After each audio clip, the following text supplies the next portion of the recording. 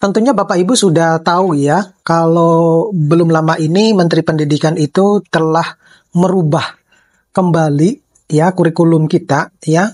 Namanya mungkin, isinya mungkin sama. Namanya dari kurikulum Merdeka Belajar menjadi kurikulum nasional. Tapi yang menjadi banyak pertanyaan oleh baik itu Bapak Ibu guru maupun Bapak Ibu dosen, apa sebenarnya dampak atau tujuan utama adanya perubahan kurikulum tersebut? Nah, oleh karena itu, dalam video ini kita akan membahasnya secara bersama-sama, kita akan sharing. Oleh karena itu, tetap stay tune di channel saya, kita bahas ini lebih dalam.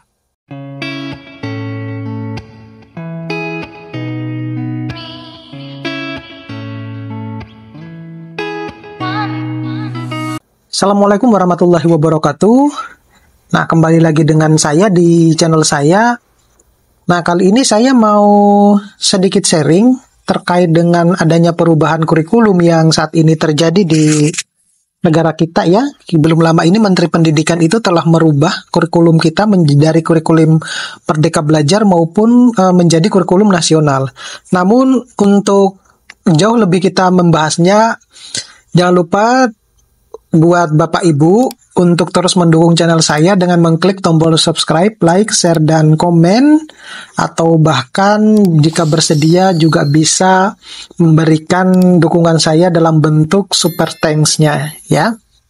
Nah, biasakan juga untuk menonton video-video saya secara full biar nanti informasinya itu Bapak Ibu bisa mendapatkannya secara full. Jadi tidak setengah-setengah ya. Oke.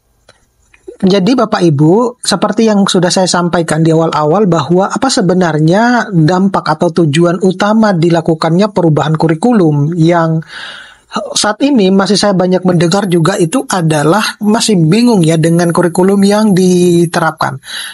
Prediksi saya itu adalah isinya mungkin sama ya, hanya cuma perubahan nama saja ya, tetapi saya tuh mencoba untuk menjelaskan kembali apa sebenarnya tujuan utama atau perubahan kurikulum tersebut di Indonesia ya. Nah, berdasarkan hasil observasi saya di berbagai macam sumber informasi yang saya dapatkan terutama yang ada di internet, itu menjelaskan bahwa tujuan utama dari perubahan kurikulum terbaru di Indonesia itu adalah di mana kurikulum di Indonesia itu untuk meningkatkan kualitas pendidikan dengan menyediakan pendidikan yang lebih relevan dengan kebutuhan masa kini. Kemudian juga bisa memperkuat keterampilan di abad ke-21 seperti pemecahan masalah, kreativitas, dan kolaborasi serta mempersiapkan mahasiswa atau siswa untuk tantangan global ya. Saya kira kalau ini tujuan yang sejak lama ya yang dilakukan oleh Menteri Pendidikan yang sebelumnya. Nah, bagaimana perubahan kurikulum di Indonesia ini dapat mempengaruhi kualitas pendidikan di sekolah dasar ataupun di menengah ya. Nah, perubahan kurikulum ini diharapkan dapat meningkatkan kualitas pendidikan dengan membuat materi pelajaran lebih terintegrasi dan aplikatif, mengurangi bahan belajar siswa, dan meningkatkan penggunaan metode pembelajaran yang inovatif dan interaktif. Nah, ini yang masih menjadi pertanyaan besar karena mulai dari hebohnya bergantinya harus diganti seragam itu, kemudian berganti lagi kurikulum itu, bahwasanya tidak semua pengajar itu bisa mengaplikasikan atau bisa menerapkan sebuah metode pembelajaran yang inovatif dan interaktif. Itu perlu yang namanya belajar. Nah, pertanyaannya adalah apakah semua pengajar itu sudah dibekali hal tersebut? Jadi, ini juga akan menjadi sulit untuk mudah diterapkan dalam waktu yang singkat, ya. Lalu, apa saja sebenarnya tantangan yang akan dihadapi oleh guru maupun dosen ya di sekolah maupun di universitas dalam mengimplementasikan kurikulum baru di Indonesia ini?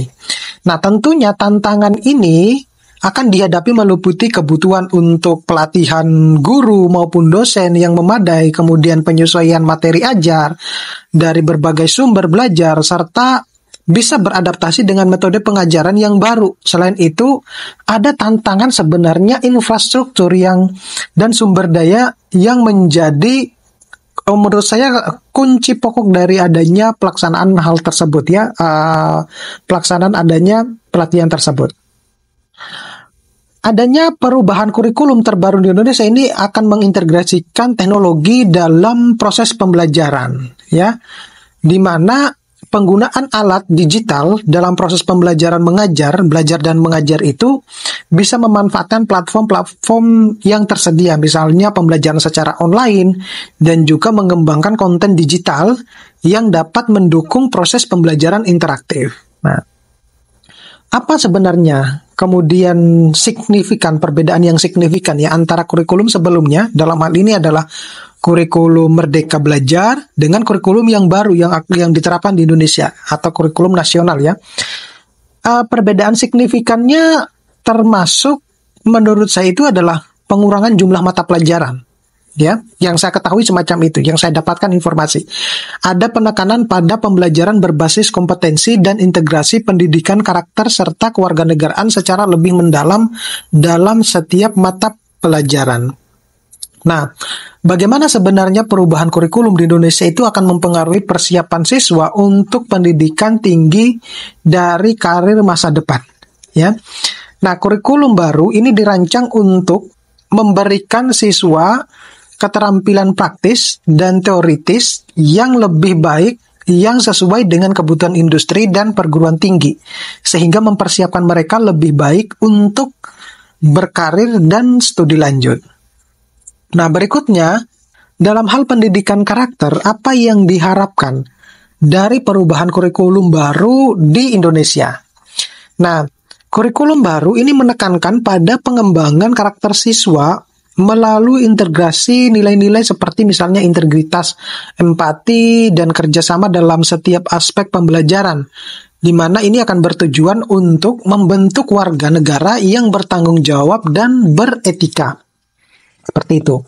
Kemudian, bagaimana sebenarnya peran orang tua dalam mendukung penerapan kurikulum baru di Indonesia? Nah, orang tua ini tentunya diharapkan aktif ya mendukung proses belajar anak di rumah, kemudian berkomunikasi dengan guru dan sekolah, serta memberikan masukan atau feedback terhadap implementasi kurikulum untuk memastikan anak mendapatkan manfaat atau maksimal dari perubahan kurikulum. Nah, selanjutnya itu adalah apa dampak jangka panjang yang diharapkan dari perubahan kurikulum pada sistem pendidikan Indonesia.